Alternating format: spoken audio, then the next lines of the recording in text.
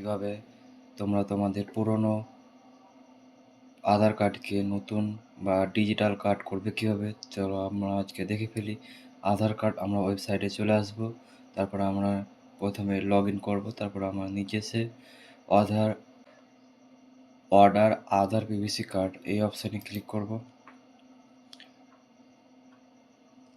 তো দেখতে পাচ্ছেন এটা অলরেডি একটা করা আছে। তো বাস ক্লিক করে পেমেন্ট অপশান, তারপরে মেক এ পেমেন্ট, জাস্ট পেমেন্টের অপশানে গিয়ে তারপরে আমরা এটাকে পেমেন্ট করব।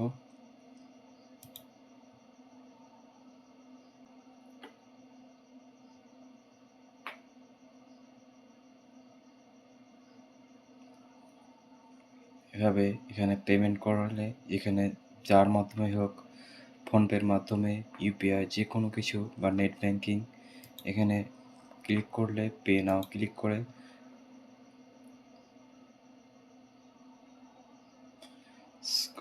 এখানে কিউআর কোডের মাধ্যমে এইটি অর্ডার করতে পারবেন, কিংবা আপনার ফোনপের যে নাম্বার এটিকে পাঠিয়ে ওটিপির মাধ্যমে করতে পারবেন।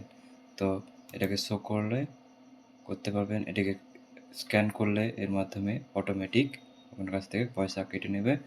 এবং এভাবে একটা এসআরএন নাম্বার দেবে, সেই নাম্বারটাকে নিয়ে আপনার